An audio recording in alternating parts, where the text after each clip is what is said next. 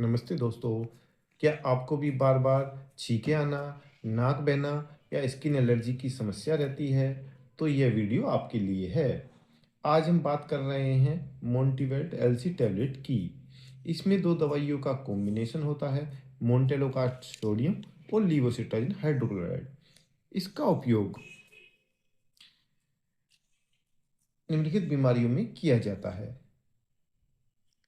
मौसम बदलने पर होने वाला जुकाम, लगातार छींके और नाक से पानी आना, अस्थमा, सांस की नली में एलर्जी होने पर, स्किन रैश, शरीर पर खुजली या चकती होना।